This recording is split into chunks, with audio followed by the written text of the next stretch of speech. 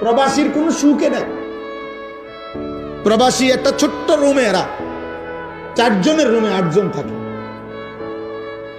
3 জনের রুমে 6 জন থাকে, ফ্লোরিং করে থাকে, ডাবল। জোয়ান মানুষ আমি নিজ চোখে দেখছি মিয়া, জোয়ান মানুষ ডাবল খাটে থাকে, মানে একটাই খাট, এটা নিচ এনো শোয়, পূর্ব আর একজন ঘুমায়।